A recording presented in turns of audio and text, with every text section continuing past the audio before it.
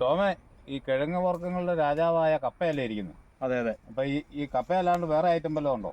കിഴങ്ങ് വർഗ്ഗങ്ങൾ പ്രധാനമായിട്ട് 5 തരമുള്ളത്: കപ്പ, ചേന, ചേമ്പ്, കാച്ചില്, പിന്നെ മധുരക്കിഴങ്ങ്, ഉരുളക്കിഴങ്ങ് എന്ന് പറഞ്ഞുള്ള കിഴങ്ങ് എന്നുള്ള ഒരു മധുരക്കിഴങ്ങ്, ചീനിക്കിഴങ്ങ്, പടലക്കിഴങ്ങ് എന്ന് പറഞ്ഞുള്ള ഐറ്റം. അങ്ങനെ 5 ഐറ്റം. ആ ഐറ്റം ഒരു 4-4 വരും. 3 ആദ്യപ്പെട്ട കിഴങ്ങ് വർഗ്ഗങ്ങൾ പ്രധാനമായിട്ട് 5 ഐറ്റം ഉള്ളത്. 4 1 5 അഞ്ചാമത്തെ ഐറ്റം വെറൈറ്റി ആയിട്ട് ഒരു 3-4 ഐറ്റം ഉണ്ടല്ലോ. 5 ഐറ്റം ഉണ്ടെന്ന് പറഞ്ഞു കിഴങ്ങ് വർഗ്ഗം. അതില് രാജാവായിട്ട് കപ്പയെ തെരഞ്ഞെടുക്കാൻ കാരണം എന്നാ? കപ്പയെ തെരഞ്ഞെടുക്കാൻ കാരണം ബാക്കിയുള്ള കിഴങ്ങ് വർഗ്ഗങ്ങളെല്ലാം ഉണ്ടെന്ന് പറഞ്ഞാലും അതിനൊരു നിശ്ചിത പീരീഡിൽ ഉപയോഗിക്കുമ്പോൾ കപ്പ എന്ന് പറയുന്നത് 365 ദിവസം കപ്പ ഉൽപാദനവും പ്രൊഡക്ഷനും ഇടിയിൽ നടന്നുകൊണ്ടിരിക്കും. നമുക്ക് വിളവും കിട്ടും, നടന്നുകൊണ്ടിരിക്കും. ഇത് ജൂൺ മാസം ജൂലൈ മാസം ഇത് ഇടിയിൽ ഒഴിവാക്കുന്നുള്ളൂ. അല്ല, ഇപ്പം 24 hours വിടുന്നുണ്ട്. 24 hours രാത്രി പകൽ എന്ന് പറഞ്ഞ പോലെ കപ്പ കാലാവസ്ഥ മാതിരി വരുന്നുണ്ട്. രണ്ടാമത്തെ കിഴങ്ങ് വർഗ്ഗങ്ങളില് കിഴങ്ങ് അതിന്റെ അടി വരുന്ന ഈ ഇതുപോലുള്ള കിഴങ്ങുകൾ വെച്ചാണ് നമ്മൾ നടുന്നത്. അത് ചേനയായാലും അത് മുറിച്ച് നടും, ചേമ്പായാലും അതിന്റെ തട നട്ടു. കാച്ചിലാന്ന് പറഞ്ഞാൽ നടുന്നത്. കപ്പയുടെ എന്നാ നടുന്നത്? കപ്പയുടെ തണ്ടാണ്. പിന്നെ എങ്ങനെ ഇവൻ ഇതിന്റെ കിഴങ്ങ് ഉപയോഗിക്കുകയും ചെയ്യുന്നു. കിഴങ്ങ് ഉപയോഗിക്കുക. അപ്പൊ നമുക്ക് നടിയിൽ വസ്തുവിന് പ്രത്യേകിച്ച് മുടക്കൊന്നും അല്ല. നടിയിൽ വസ്തു തണ്ട ഉപയോഗിക്കുന്നത്. ബാക്കി എല്ലാത്തിനെയും കിഴങ്ങ് ഉപയോഗിക്കും. അതാണ് കപ്പയ്ക്ക് വരുന്ന പ്രത്യേകത. ചീനിപ്പടല ഇങ്ങനെയുള്ള മധുരക്കിഴങ്ങ് ഇങ്ങനെയുള്ളതിന്റെ കിഴങ്ങ് ഉപയോഗിക്കുന്നുണ്ട്. വള്ളി മുറിച്ച് ഉപയോഗിക്കുന്നുണ്ട്. വള്ളി മുറിച്ച് ഉപയോഗിക്കുന്നു. പക്ഷെ ചേനയ്ക്ക് അത് പറ്റുകയില്ല. കൂർക്കൊക്കെ എങ്ങനെയല്ല? കൂർക്കൊക്കെ അതൊക്കെ ചെറിയ കിഴങ്ങ് വർഗ്ഗങ്ങളല്ല. അല്ല, അത് വള്ളി മുറിച്ചാണ്. പക്ഷെ കപ്പയ്ക്ക് മാത്രം തണ്ടുണ്ടാകുന്നുള്ളൂ. മരം പോലെ ചെറിയ മരം പോലെ തണ്ടുണ്ടാകുന്നുള്ളൂ. തണ്ട് നട്ടുണ്ടാക്കാവുന്ന കിഴങ്ങ് നട്ടുണ്ടാക്കത്തില്ല. തണ്ടായിട്ട് വളരുന്നത് കപ്പ മാത്രമേ ഉള്ളൂ. തണ്ട് നട്ടേ ഉണ്ടാക്കാൻ പറ്റുള്ളൂ കപ്പയ്ക്ക്. അല്ല, നട്ട് പരാഗണം മൂലം ഉണ്ടാകുന്നത്. അല്ലെങ്കിൽ യാദൃശ്യമായിട്ട് കപ്പയുടെ മൂട്ടിൽ നിന്ന് വല്ല 1000 ഒരെണ്ണമെങ്കിലും വല്ലതും കിളുത്ത് കയറുകളായി, കപ്പക്കിഴങ്ങ് കിടന്ന് വല്ലതും കിളുത്തെങ്കിലായി. അല്ലാതെ ഉണ്ടാകുന്ന തണ്ട് നട്ടുണ്ടാകുന്ന ഏക കിഴങ്ങ് വർഗ്ഗം കിഴങ്ങ് കിളിക്കല്ല, കപ്പക്കായ. ടോമേ, ഞാൻ കണ്ട ഒരു പ്രത്യേകത ഇവിടെ, ഈ കപ്പയ്ക്ക് ഒരിക്കലും കിഴങ്ങിന്ന് അതിന്റെ വിത്ത് ഉൽപ്പാദിപ്പിക്കാൻ പറ്റിയല്ല. ഉൽപ്പാദിപ്പിക്കാൻ പറ്റില്ല. അപ്പം ബാക്കി ചീനക്കിഴങ്ങ്, കൂർക്ക എന്ന് പറഞ്ഞ വിളകൾക്കെല്ലാം കിഴങ്ങ് നട്ടാലും ചെറിയ തണ്ട് നട്ട് ഒടിച്ചു കൊണ്ടാകും. അല്ല, ഈ കിഴങ്ങ് നട്ട് കഴിഞ്ഞാൽ അത് മുളച്ച് വിത്തായിട്ട് വരും. ഇത് പടന്ന് പന്തലിച്ച് ഫലം പുറപ്പെടുവിക്കും. അപ്പൊ അതുകൊണ്ടാ കപ്പ വ്യത്യസ്തമായിട്ട് നിൽക്കുന്നത്. കപ്പയുടെ കിഴങ്ങിൽ നിന്നുകൊണ്ടാ മുളയ്ക്കാത്ത. അതാണ് കപ്പയെ വ്യത്യസ്തമാക്കുന്നത്. ബാക്കിയുള്ള കിഴങ്ങ് വർഗ്ഗങ്ങളെല്ലാം ഭൂരിഭാഗം കിഴങ്ങിൽ തന്നെ ഉണ്ടാകുന്നു. കപ്പയിൽ ചെറിയ മൈന്യൂട്ടായിട്ട് പോലും സൈനൈഡിന്റെ അംശം ഉള്ളത് കൊണ്ട് അതിൽ മുളയ്ക്കുകയില്ല. കപ്പ കിഴങ്ങിൽ നിന്ന് മുളയ്ക്കില്ല. അതാണ് അതിന്റെ കിഴങ്ങിൽ നിന്ന് ഉണ്ടാകാത്തതിന് അല്ലേ? അപ്പൊ ഇതിന്റെ വേരിൽ നിന്നുണ്ടാകാൻ സാധ്യത ഉണ്ടോ? വേരിൽ നിന്നും ഉണ്ടാകില്ല. വളം വലിച്ചു കൊടുക്കുന്നുള്ളൂ. അതോ ടോമ് പറഞ്ഞാൽ കറക്റ്റായ കാര്യമാണ്. കപ്പക്കിഴങ്ങിന്ന് ഒരിക്കലും അതിന്റെ വിത്ത് ഉൽപ്പാദിപ്പിക്കപ്പെടുന്നില്ല. തണ്ടിന്ന് ഉൽപ്പാദിപ്പിക്കാൻ പറ്റുള്ളൂ.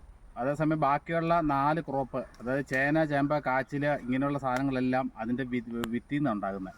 പിന്നെ എക്സെപ്ഷനായിട്ട് വേര് പിടിച്ചുണ്ടാകുന്ന ചീനിപ്പടല്, മധുരക്കിഴങ്ങ്, ഉരുളക്കിഴങ്ങ് ഇങ്ങനെയുള്ള, അതായത് നിലത്ത് പടർന്നു വരുന്നതിന് പടർന്നു വരുന്ന ആ വള്ളി മുറിച്ചിട്ട് അത് തണ്ട് ഉപയോഗിച്ച് ഉണ്ടാക്കാം. തണ്ട് ഉപയോഗിക്കാം, കിഴങ്ങും ഉപയോഗിച്ച് രണ്ട് രീതിയിൽ ഉണ്ടാക്കാം. അപ്പോൾ ഈ പറഞ്ഞു വരുമ്പം നമ്മുടെ കിഴങ്ങ് വർഗ്ഗങ്ങൾക്ക് തന്നെ ഓരോന്നിനും അതിൻ്റെതായ സവിശേഷതയുണ്ട് അല്ലേ? ചേന, ചേമ്പ്, കാച്ചില് വിത്തിൽ നിന്ന് മാത്രം തണ്ട് ഉപയോഗിക്കാൻ പറ്റില്ല. അതേസമയം മധുരക്കിഴങ്ങായിട്ടുള്ള കിഴങ്ങ് ഐറ്റത്തിൽപ്പെട്ട കിഴങ്ങെന്ന് പറഞ്ഞാൽ കിഴങ്ങ് ഐറ്റത്തിൽ മധുരക്കിഴങ്ങ്, വെള്ളക്കിഴങ്ങ്, ചെറുകിഴങ്ങ്, ഉരുളക്കിഴങ്ങ്, പിന്നെ കൂർക്ക ഇങ്ങനെയുള്ള എല്ലാം വള്ളി ഒടിച്ചും നട്ട് ഉണ്ടാക്കാം.